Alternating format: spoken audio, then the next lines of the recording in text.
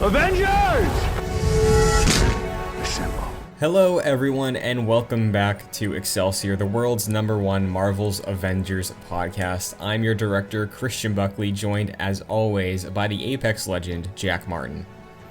Excelsior, Christian. It's been too long with us on this show. Yeah. So I had a week off. Thank you for carrying the torch. Oh, of course. But I'm glad to be back talking Marvel's Avengers and Marvel in general with you. Thank you. Yeah. It's. I'm happy to be back. You know, the week off. There was some pretty major Marvel news last week, but a lot of it would have just been talking in circles. I think of like the whole lawsuit of ScarJo and what's that's doing for everything. But I did realize there was one last thing on the dock, or not on the dock, that did happen this week, and it's related to how I've normally been introducing the show, being the world's #1 Marvel's Avengers / Guardians of the Galaxy podcast. Mm-hmm. Guardians got a new trailer clip thing this week. This is like the first new footage in a while. Yeah, I saw like the thumbnail of it. I actually never saw the trailer. Have you seen it, or the footage at least? Yeah, so it's a cutscene. We can talk about it at the front of the show because it's really nothing, but it's a scene involving the Lady Harbinger, I think is her name. Like the big woman with the battle armor and the hammer. Okay. She is talking to the Guardians in this little cave system, it looks like. Potentially looks like an area where if things go wrong, a fight could break out. And then she's like flirting with Drax because she's like kind of into him. And then Drax is like, Peter Quill, I think she's flirting with me. And then it ends on the choice of like, take the lead or like encourage Drax, and then it cuts to like, oh, Guardians of the Galaxy Proto now. So yeah, interesting stuff. What do you think you would do in that scene? Do you think you would have Drax try and flirt with potentially the villain of the game and see if what comes out of that? Because I think I would.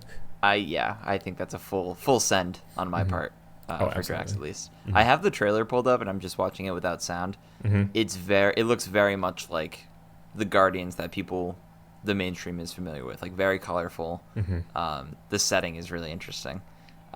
Yeah, dude, very excited for this game, and it's coming soon. Same, yeah. I keep forgetting about it, honestly. I keep misremembering. I'm like, oh yeah, there's a Guardians game that's coming out like soon. So, and this will be like the de facto game of the year for me, pretty much. I haven't played a single new game, so this is gonna be the one, I'm sure. If it's good, yeah. It's competition for me right now is Resident Evil Village and Pokemon's MOBA that they dropped. So odds are looking all right. But yep. With that, why don't we get to what's up with Marvel's Avengers this week? Fury's report, different type of approach to Fury's report now that the priority missions are gone or reconfigured to being just whatever they were reconfigured to. Mm-hmm. I figure now Fury's report, whatever updates there are for the game in a given week, like genuine updates this week, not like updates, teasing future stuff and like what's to come. Yep. We'll throw that in Fury's report, relevant to what's new when you log into the game this week, and then we'll get to the rest of the show. But to start off with Fury's report, I figure we can talk briefly about the free-to-play weekend that happened this past weekend for Marvel's Avengers.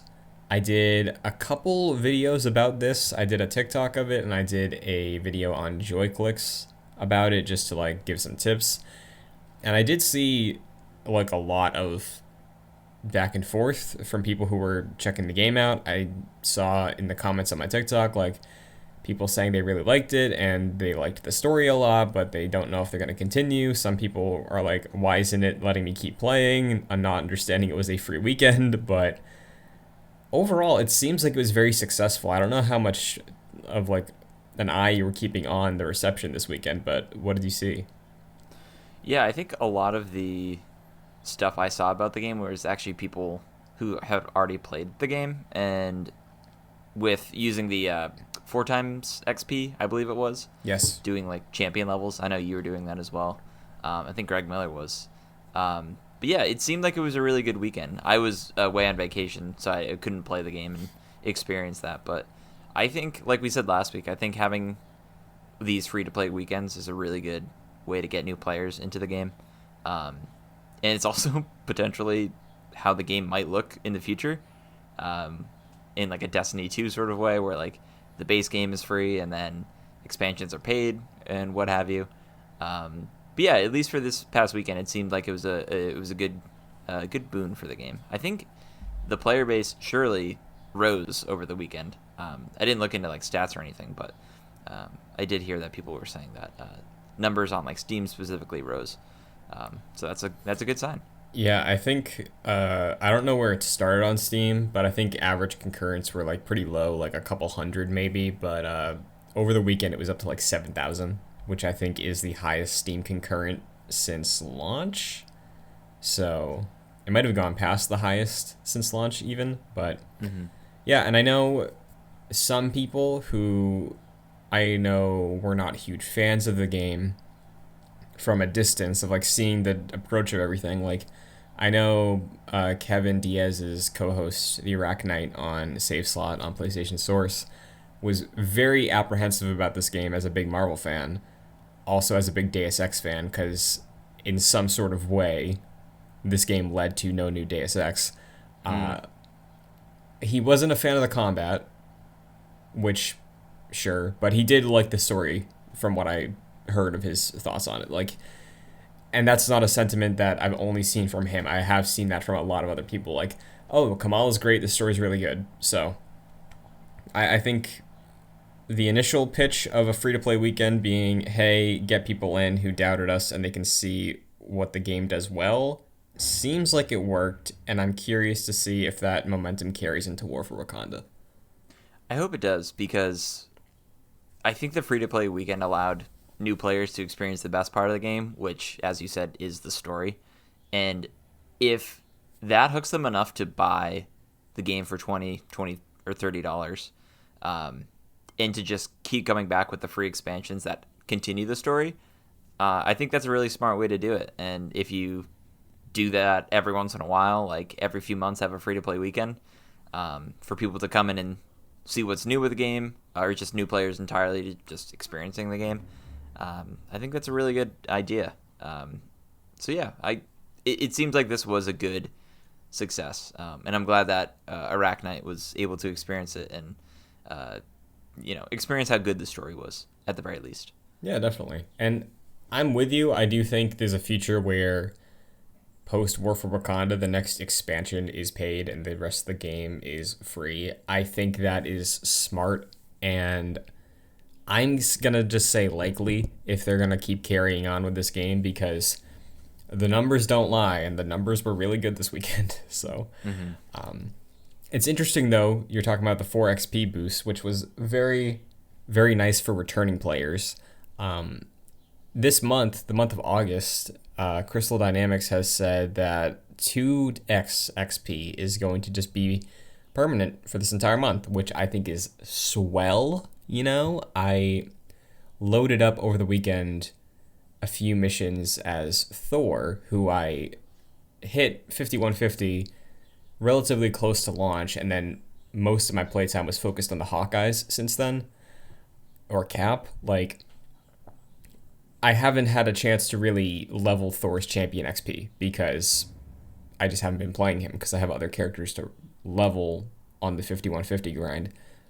So the 4 times XP and now 2 times XP is nice because it does count towards champion XP. So I was able to catch Thor up to, I believe, Hawkeye, who has my highest champion XP level out of anyone, which is around a 12 right now, and I think Thor's around 9. So thanks to the multiplier, it's been very nice trying to get back up to par with who I think is my main.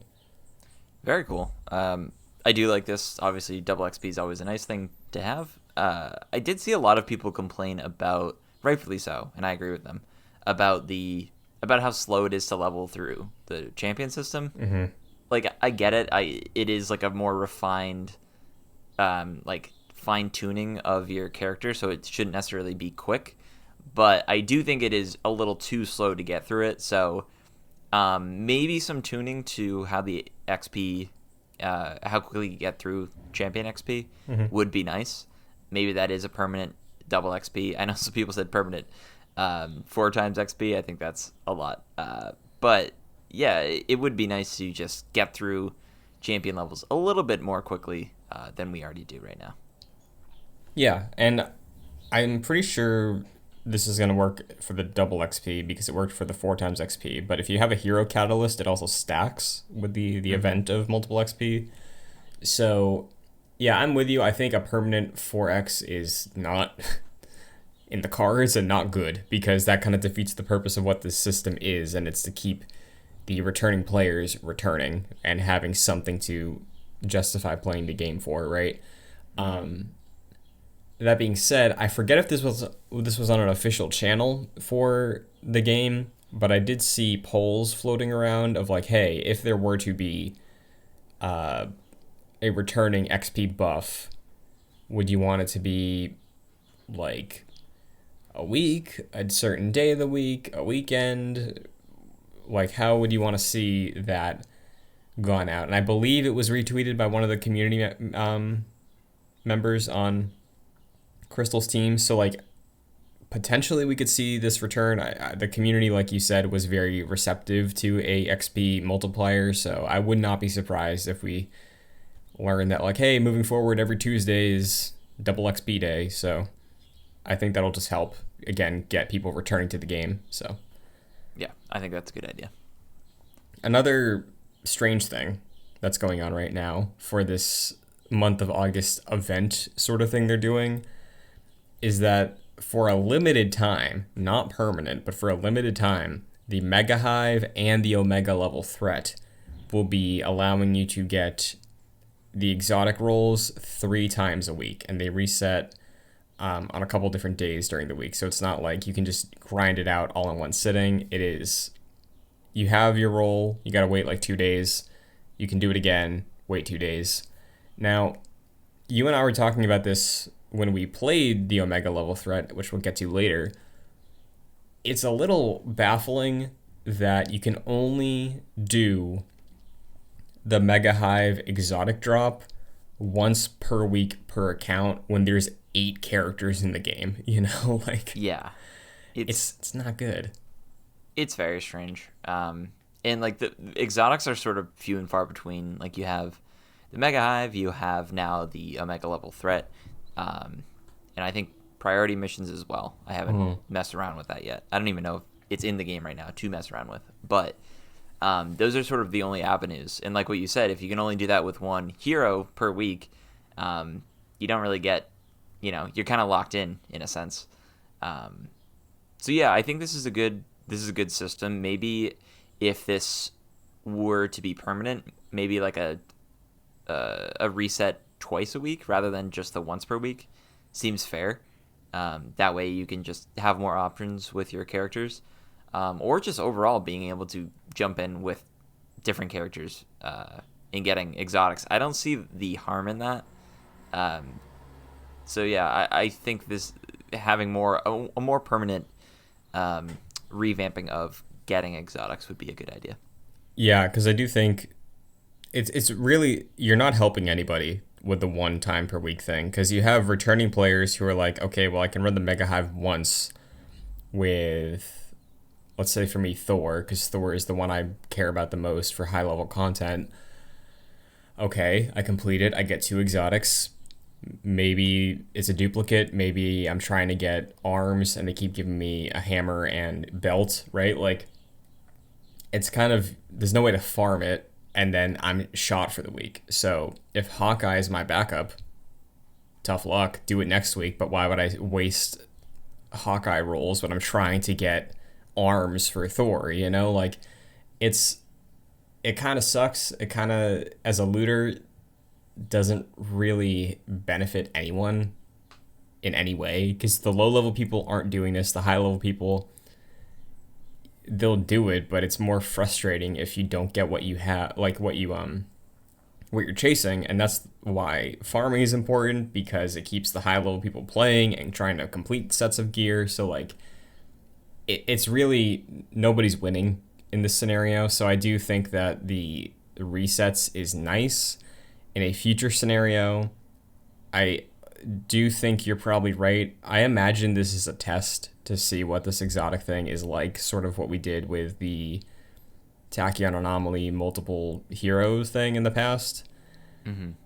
I imagine they're trying to just see how this goes. I could see maybe a world where it is twice a week, like you said, and it like resets per character. So like I could run Thor twice that week to try and run exotics, but that doesn't mean I can't run Hawkeye that week 2 times. I can just do it with Sure. everyone. I think that is the best case scenario moving forward, and I hope that's what comes from this. I agree. I feel like they might be treating it like how PvP games treat gear, but to me, there's no like.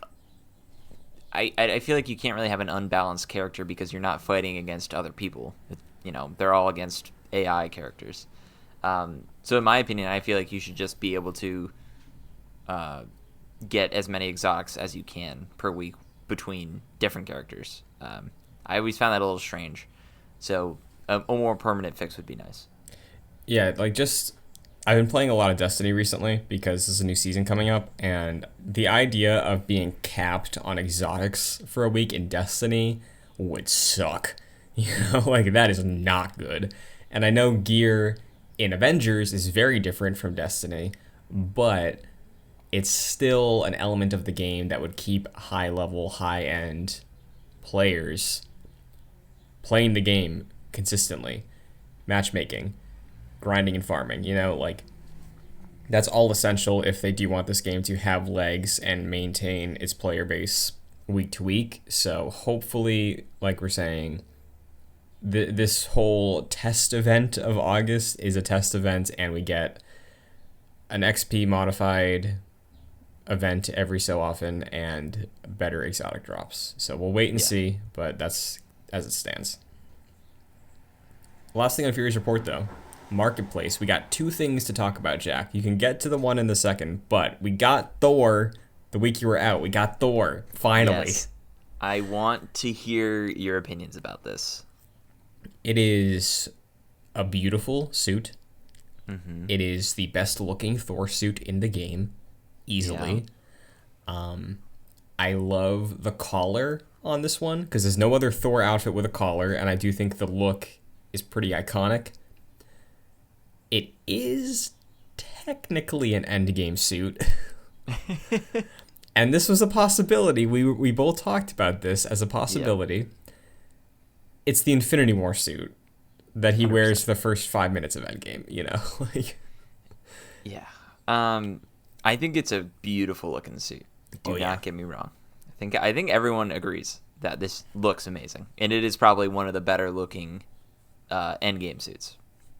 But it's kind of disappointing. I actually think it's more than kind of disappointing, because maybe this was just us, but I feel like the hype was building up for the Thor skin being the last one, and for him having the most iconic look in the third act of Endgame, which is what the other suits are from. The other skins are from, is for all the characters' looks specifically in the third act of that movie.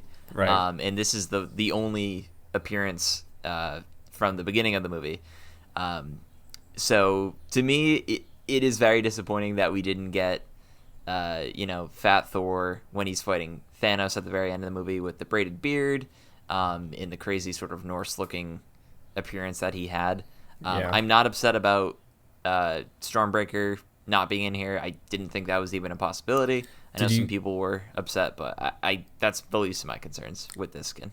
Did you see the quote from, I believe, Assemble podcast? They had an interview with one of the developers, and Crystal said, hey, we tried it. We tried putting Stormbreaker in, but it broke too many things. So we all thought that. We talked about that ad nauseum on multiple episodes of this podcast. But to hear that they tried it is nice. Maybe, I know people threw around the idea of our exotic artifact, like the L3 R3 click in. Maybe that down the line could get a short-term burst Stormbreaker attack, but I wouldn't hold my breath. But I am glad they tried, at least. it does seem like if they tried it and it was in some parts a functioning object in the game, like that is created. It's not ironed out at all, but that's there in in the desktop folders, as it were, Sure. for Crystal Dynamics. So it's possible that it could come out. I'm not holding my breath like you were saying. But yeah, I think overall for this skin at least, beautiful looking skin. Disappointed that it wasn't Fat Thor and with the beard and all that. I would have been very tempted to buy that. Whereas with this one, I'm not so tempted to rush out and get this one. Sure. Well, there's another suit set that's hitting the store this week. Interesting because this is the first we've seen of this. There is the individual ones from the set you can buy this week, and there's also the full-blown set for 2,250, I believe. Mm-hmm. Let me hear your thoughts on this one, the Terrigen team set, I believe. Yeah, the Terrigen Outfit bundle. Honestly, I think this might be one of the more cleaner looking skin sets across the board for the characters. This is a light blue themed skin, so on each character, they all have like little accents with the light blue. Hulk, I thought looked not the best, but upon further inspection, he has like his veins are like light blue and they like flash here and there. There's like streaks of blue that go out through his veins. So honestly, I really do think this is like, obviously some are better than others as it is each week, or every other week. But I do think a lot of the skins in this look really clean. Even Iron Man, I think Iron Man has some, for me at least, as an Iron Man, I think he has a really cool looking skin. Yeah, I think his looks great. He's one of the individual ones in the shop this week, and I have to agree. I think this is one of the better looking team outfit sets. That said, I still don't think I'm getting any of them.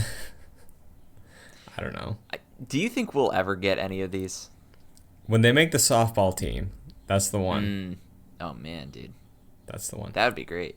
I mean, I'm still surprised that the cowboy Clint Barton one never hit. Like the Western set that it seemed like we were getting. Mm-hmm. Kind of surprised. I really hope that's not the Halloween skin set. But, true.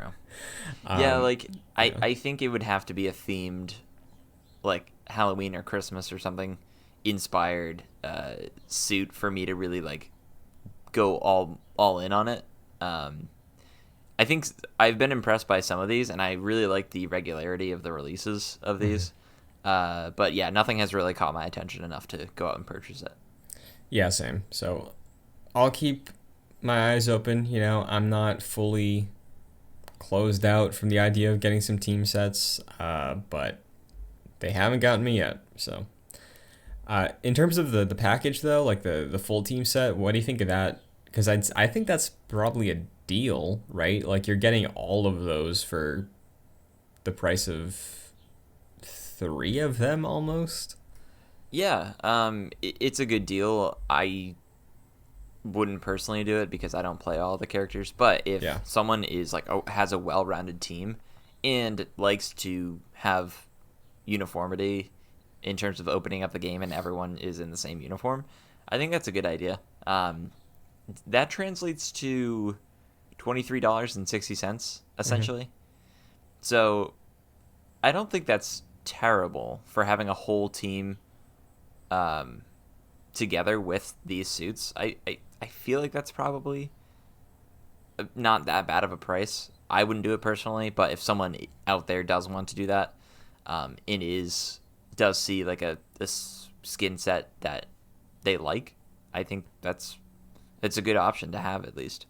Yeah, because you'd save like a stupid amount, I think, if you did it this way versus buying them piecemeal. So, yeah, worth keeping an eye out for future team sets. If the Halloween one hits and it's all killer, then yeah, I'll pony up the $25 and buy some currency and get that full skin set because I'm sure I have high hopes for that Halloween set.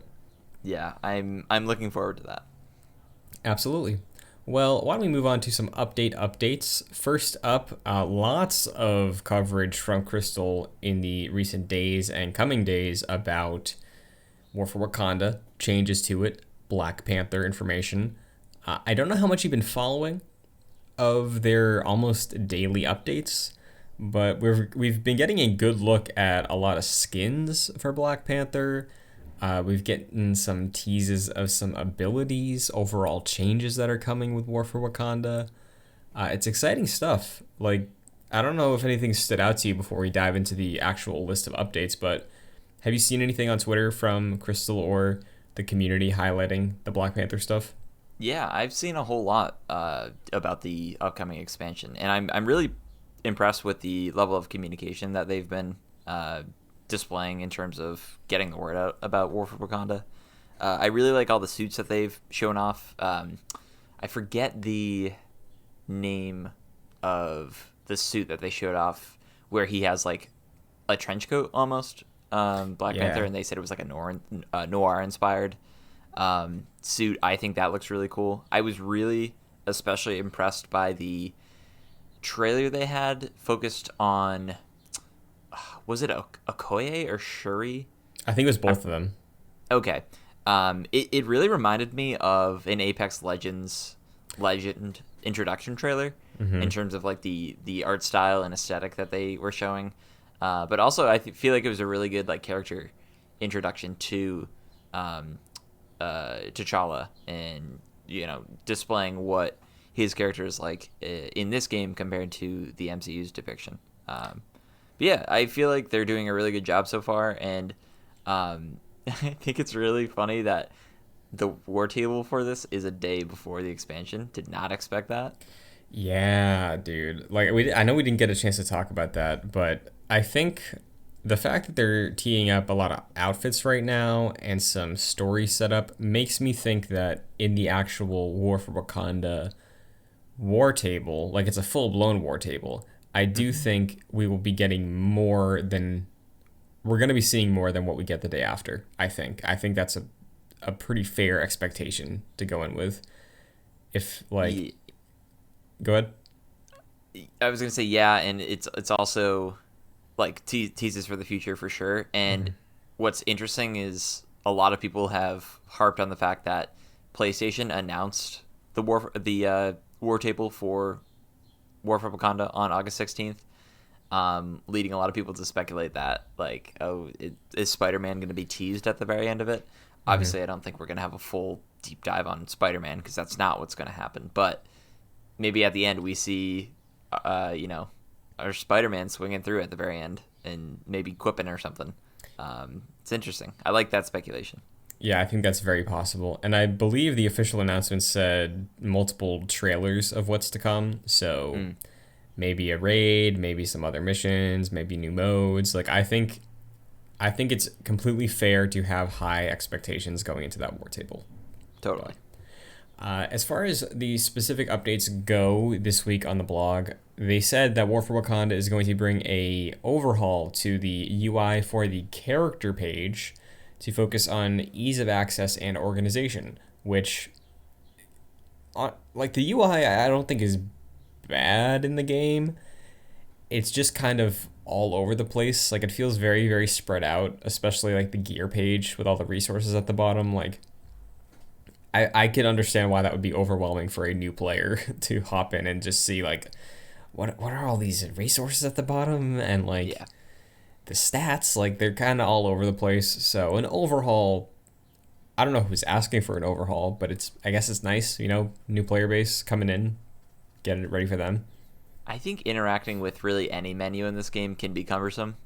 Yeah. So steps being taken to address that is really welcoming, and yeah, I'm interested to see what that looks like. For sure.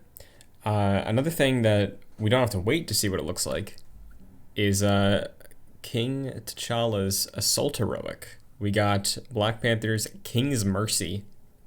I believe that is his R1 heroic. It uses a vibranium spear. There's a GIF of it that was tweeted out amongst all of the Black Panther coverage from Crystal the past few days.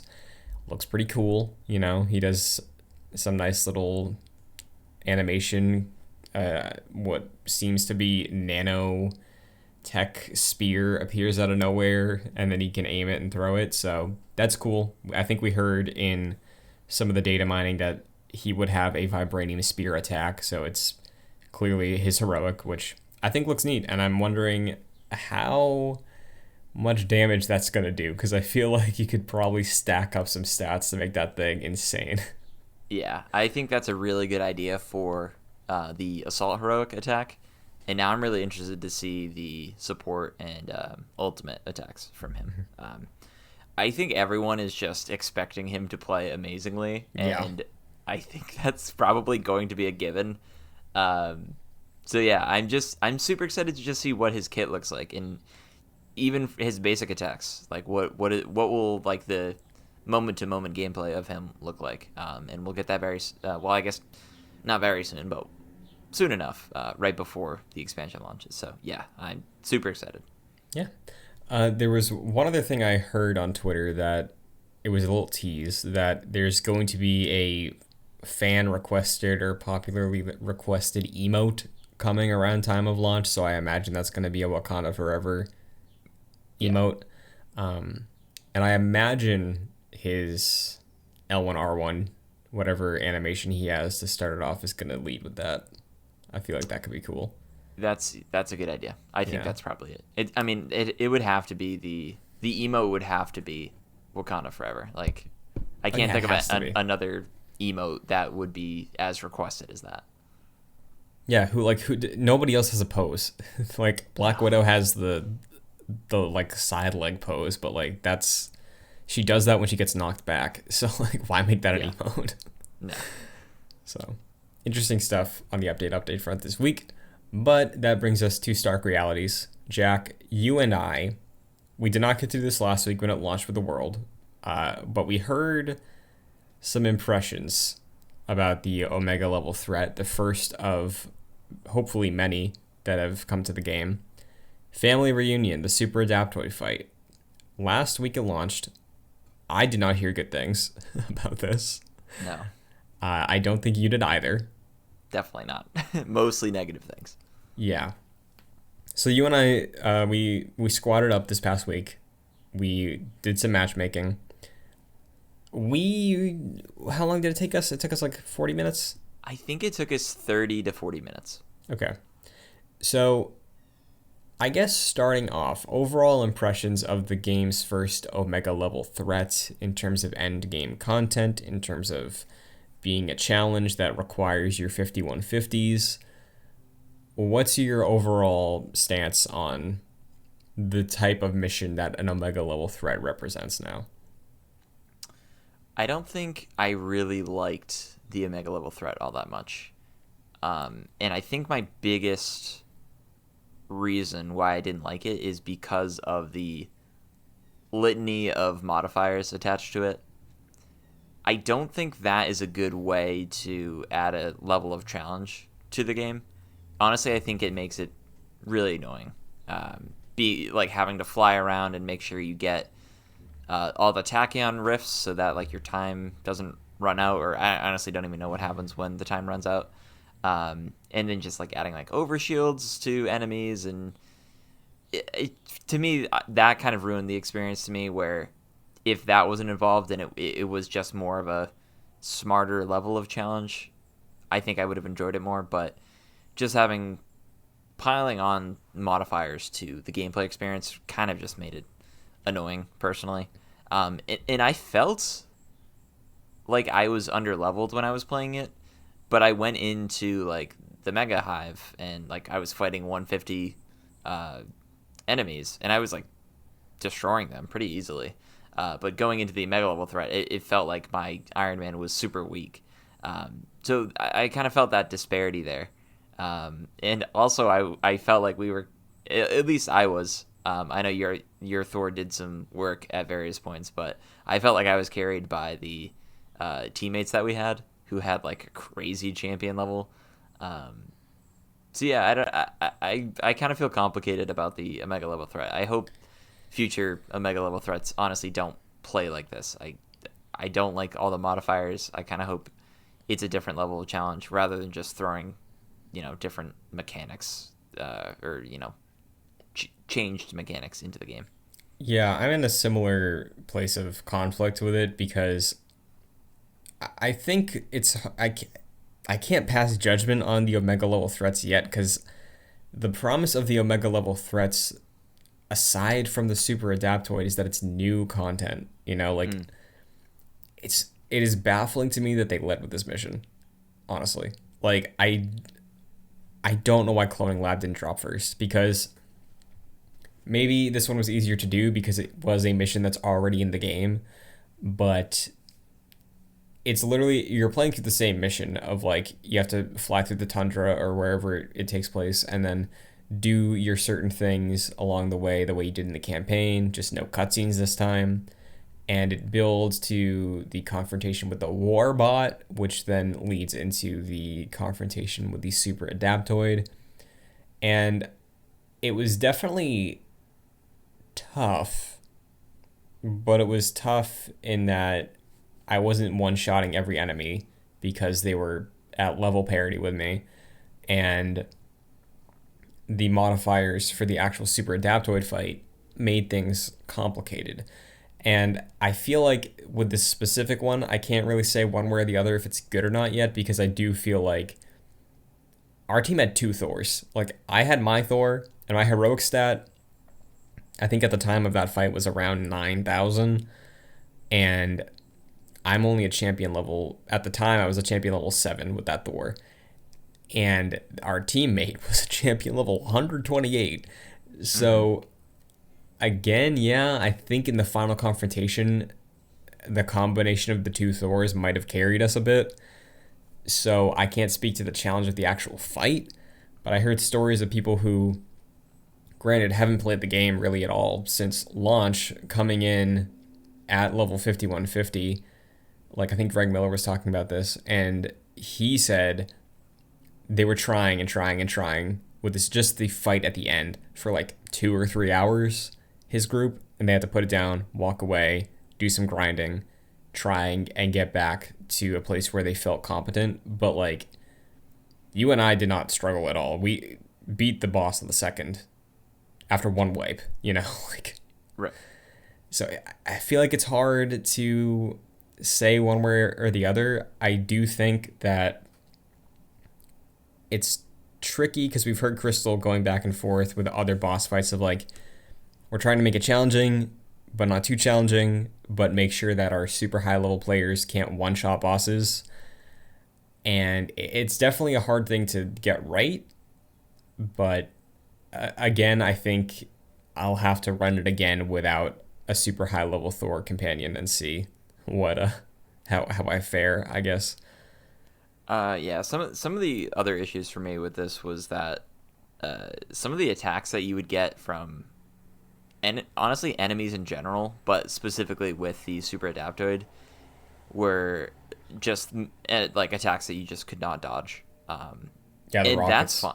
Yeah, and that's fine. Like if that's telegraphed, like for example, the Abomination has moves that like you cannot dodge, but you're given like a clear warning, like get out of this zone, so I don't get hit. Or Monica with her villain sector, where you have to like put enough damage into her before she does the attack on the pillars. Like that's fine, but with the Super Adaptoid, I felt like at any given second they could just drop a unavoidable attack, and for me at least, it was a one-hit kill. And to me, that does not signify a fair sense of challenge between what the game's presenting and like where the player's at. So yeah, I don't know. There were points where obviously I hate the modifiers, and just having these unmissable attacks are just it was just kind of annoying overall from start to end. To me, the mission was just pretty annoying. I will say one thing I do like, and it's not a specific benefit of the Omega level threat, it's just something that has been baked into this mission since we played it the first time. I did really like, because again, this gave me raid vibes of, in that final room, when we were building up to spawning the Super Adaptoid, we were having to fight off waves of enemies, and also use the terminals to like hack a specific sequence a couple times. I really liked that because that required cooperation with your team because it's not like one person could hit every single terminal because there was a lot of enemies and they're high level enemies. So some people have to be on ad control for the enemies, and then the other people in your party have to be communicating on the code sequence, which is great because that is the type of cooperation that I want out of this high level multiplayer exclusive content that presumably would be found in a raid that would classify as an Omega level threat. So if the cloning lab is closer to a raid than this, which I believe it is based off the way they talked about it, I want more of that. I want symbols that we have to look around the map for and activate symbols in a specific sequence. I want those type of mechanics in the mining facility Omega level threat for War for Wakanda. Like, that is what I really liked. But again, that was the level design back when Kate dropped. It was just harder this time that made us need to communicate. So it's tough as an Omega level threat, as a high level challenge. I think they need to tweak some things a little more to make it a bit more balanced. But in terms of level design, yeah, I guess take some notes for future Omega level threats. I don't know. I think I would love a world where the like future non-raid Omega level threats are like raid like light content. Mm-hmm. Where it is like this, there are puzzles involved and there are hard enemies, but you can do it once a week and you can run through it maybe in 30 minutes to an hour tops, depending Sure. on like people's skills. I like the idea of having like a longer raid where what's a typical raid? An hour and a half to 2 hours in some games? It depends. Destiny can be anywhere from like, especially early on when the raid first drops, could be like 2 to. I think the first raid for Destiny 2 was like 9 hours for World's Wow. First. So like, obviously when people learn patterns and everything, it gets shorter and shorter. But raids can. I'd say 2 is a safe minimum for a raid. Sure. Uh, So for me, that's what I would like in the future, where you have the raid that does take longer, but you do have like the raid similar experiences with the Omega level threats that do sort of mimic raid like content, but it is much more digestible and it takes less time to complete. Yeah, and again, I'll bring up Destiny. There's a Destiny equivalent to what you're talking about right now that I do think if Omega level threats mimicked this would be really cool. They're called dungeons. I've only done one so far, but it is very much that raid light experience where instead of having a full team of 6, it's a fire team of 3, so it's less of an investment.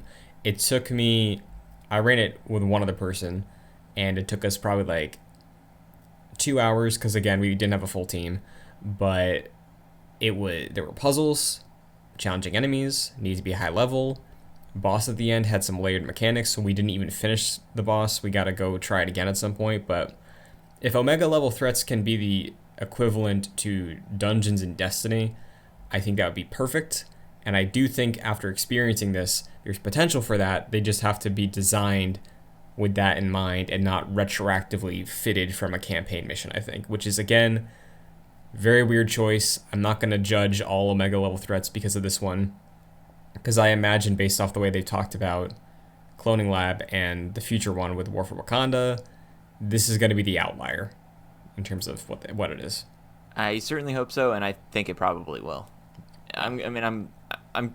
This seems like a learning experience for me, like how a lot of things are for games in general, but for this game particularly. Mm-hmm. Um, and like I feel like the villain sectors were a good example where villain sectors kind of just felt samey after a while. They weren't bad, but it was just a mission. And then they came out with the Monica villain sector, which was excellent. And I feel like that was Crystal Dynamics learning from the pros and cons of previous villain sectors and making a really cool one. And this is our first Omega level threat. In my opinion, it wasn't very good. I do appreciate like this being in the game certainly, but I have no real desire to jump back into it for a variety of reasons. But I am excited about the future of Omega level threats because I feel like with some added polish and some changes, these could be some really fun missions to just jump in every week and repeat. Definitely. So I guess final question, because this is going to be dropping exotics, like you're saying. There's an incentive to repeat it. For the next Omega level threat, how far out do you think that is? And is it going to be Cloning Lab, or is it going to be the one that comes with War for Wakanda? I don't know. I really don't know like what the schedule would be because I don't think they've Omega level threats are like on the ongoing development side of things. Again, I feel like that this one was weird to put out, like what you said, just months, almost a year after it being in the game, in Kate's mission. So I would say probably the War for Wakanda raid. That just seems to make more sense, and then just hang on to the cloning lab because I feel like that doesn't fit in the game right now very well. It would just kind of be random, like how this one was random. So honestly, just hold on to that because it doesn't really matter when you drop it. I feel like having the War for Wakanda raid just makes more sense to launch around the release of War for Wakanda. So maybe September, October. Sure. Yeah, I think. I mean, I would love to have like Cloning Lab early, so we get a consistent like, hey, this one Cloning Lab and then the mining facility, and we can just ride out playing those with our new characters for the rest of the year. I'd be very happy with that, but again, we'll just have to wait and see because, like you said, it's ongoing. Cloning Lab was supposed to drop in like October of last year, so like, Yeah. We'll wait and see. But that does it for Marvel's Avengers this week. But meanwhile, Jack, there's some interesting stuff going on in the greater world of Marvel. Let's start with Venom, Let There Be Carnage. There's a new trailer out there. There sure is. And we get to see Woody Harrelson, sans red wig, do some really cool transitions into Carnage. I know you weren't a huge fan of the first Venom. Mm-hmm. I'm definitely more positive on it than you are. Not a lot of that is ironically. But I have faith. I think Venom 2, directed by Andy Serkis, with a passionate Tom Hardy who really likes this character, could be a really fun movie. It could be. Yeah. There's certainly a possibility. But I've seen both of these trailers now for Venom 2. And if you told me that the same director from Venom 1 directed this movie, I would have totally believed you. These trailers to me seem very tonally similar to the first movie. They look aesthetically very similar. And yeah, I don't know. I don't think these trailers really sold me that this is going to be a quality movie. I'm certainly going to see it. Absolutely. Will a light fall in front of me in the movie theater again? Probably. This time it might hit me. Yeah. Fool me once. But yeah, I was not impressed really with these trailers. So we'll see. We'll see. I'm certainly not optimistic about this movie. Yeah, I think it's going to be a fun time. I was laughing and smiling a lot when I saw the first Venom. It's very much a popcorn movie. I think, I truly believe this in my heart. I think there is no harm with brushing what we have so far with Venom and probably what's going to happen with Venom 2 into the MCU. I don't think it's going to cause any problems. I think it's okay to have a bit of a stinker in there because I'll say this. I don't think Thor 2 is a bad movie. I think it's a fine movie, but it's just boring. Venom's a little bad, but it's super fun. Like, I think it's way more fun than some of the worst, I say in quotes, MCU movies. So, like, brush it in there, have a good time. Tom Hardy having a blast, jumping in lobster tanks and beating up Woody Harrelson. Why not, I mean, it seems like they're going this way. I feel like I would be fine with those movies being like Spider-Man side quests, where they exist in the MCU, but they do not interact with the MCU unless there's like a Spider-Man team up. That's it. You don't get to talk to the Fantastic Four. You maybe get to talk to Deadpool. You don't interact with the X-Men. You stay on your corner of the world, right? And then when there's a Spider-Man team-up movie, sure, go nuts. Go nuts. But do not talk to Wanda. Do not talk to Wong. Okay? Stay. That's my opinion. I do like that though, because that's my only issue I think with MCU Spider-Man so far, is that in the comics and my entire life, like, Spider-Man was never an Avenger, and I never looked at him as an Avenger. He's always just been Spider-Man, and he's his own guy. He's kind of weird. Most of the MCU doesn't really like him, or the Marvel Universe, sorry. They're like, oh yeah, Spider-Man's fine. Like, I don't want to talk to him. Like, if I had to be alone in a room with him, I'd rather not be, you know? Like, that's most of Marvel looking at Spider-Man. So I do hope maybe once No Way Home hits, we have a separation where Spider-Man really hones in on that. I'm my own dude. I'm off on my own, doing my own stuff. And I think taking that approach with the multiple characters that could be interacted with him, like Venom, Carnage, Black Cat, whoever else, doing that through the Sonyverse, I think might not be a bad idea, because most of Spider-Man's villains are just Spider-Man villains, you know? Like, they don't really interact with anybody else unless there's a big symbiote takeover, like in that Web of Shadows, or I think Absolute Carnage, there was symbiote takeover of other Marvel heroes. But like you said, that could be an event thing. Just keep these separate. Spider-Man, Tom Holland can interact, do his stuff in there. It's canon technically, but they don't need to connect to the other stuff because they never did, you know? Yeah, I think it's a good idea. I wholeheartedly agree that Spider-Man is the hero that deserves to sort of be a standalone in a way, while also being connected to the MCU. Yeah. But I don't think we'll see Tom Holland like take up multiple projects in like the tangential Sony universe. I think it'll mostly be I think he'll mostly be like an MCU character Sure. that, you know, occasionally will pop over and mess with like Venom and all them. Mm-hmm. Yeah. Do you think Tom Holland shows up as a cameo in Venom 2? Certainly hope not, but I think it's possible. You know what I think is going to happen? What's that? Post-credit scene for Venom 2. Eddie Brock's going to be in his apartment, and then he's watching TV, eating like a full rotisserie chicken with Venom, and they're going to see that Jameson Daily Bugle report that reveals Peter Parker's identity. And that's just your little tease. That's your connection. That'd be a fun tease. When's that going to connect again?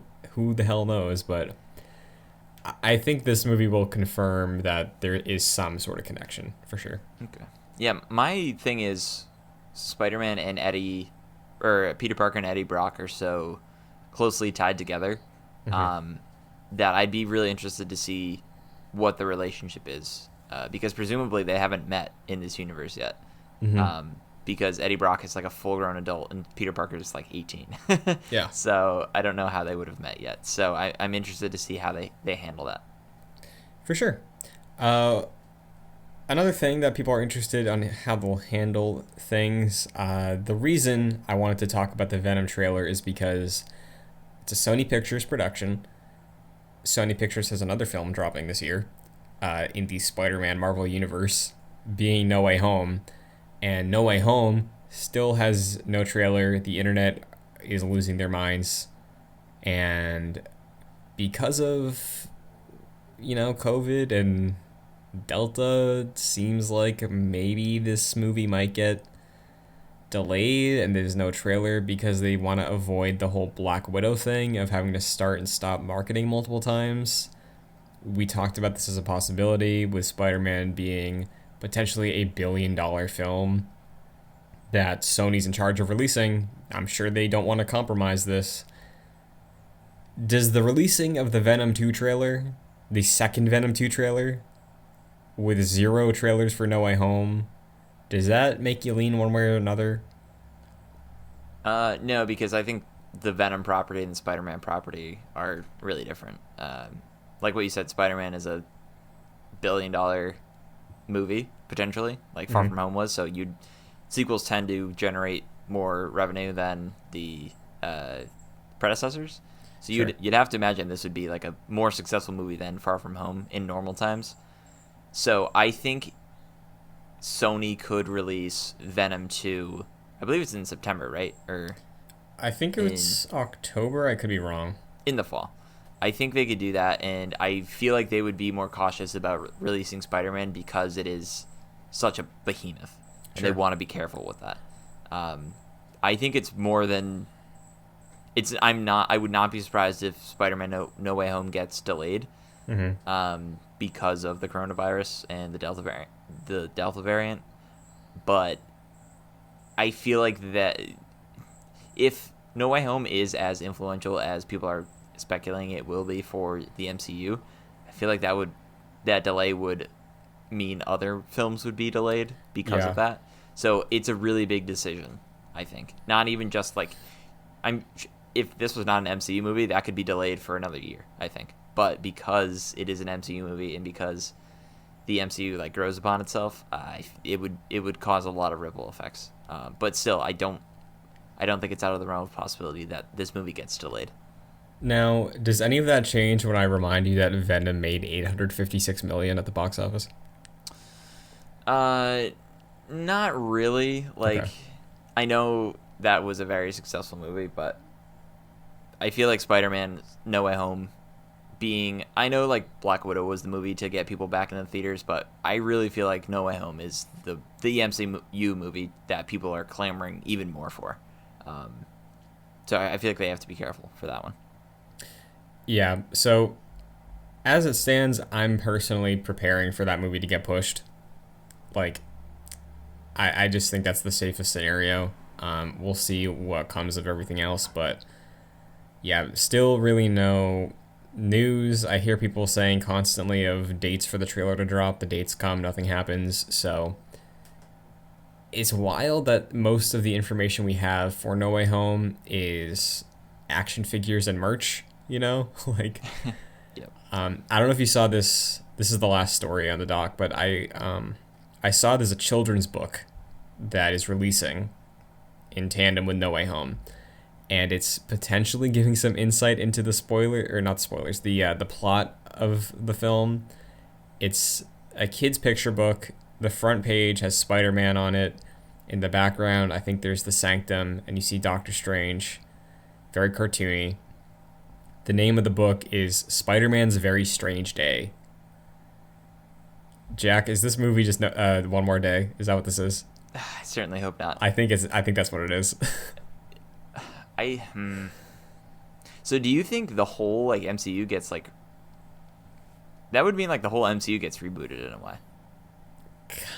I think they would modify it. You know, like every adaptation the MCU has done has been modified, I'd say significantly. Like Age of Ultron and Civil War really got shifted around from what their comic counterpart is. So okay, yeah. One More Day, just the fact that they're maybe even considering that is kind of shocking to me. But I think we might get a One More Day situation. I don't know, because that's straight up like a reboot of Spider-Man. Like they started a new Spider-Man. Yeah. I don't think it's that dramatic, but I do think they take elements from One More Day and use them to explain like the multiverse in a grounded way, more grounded way than Loki did. Okay.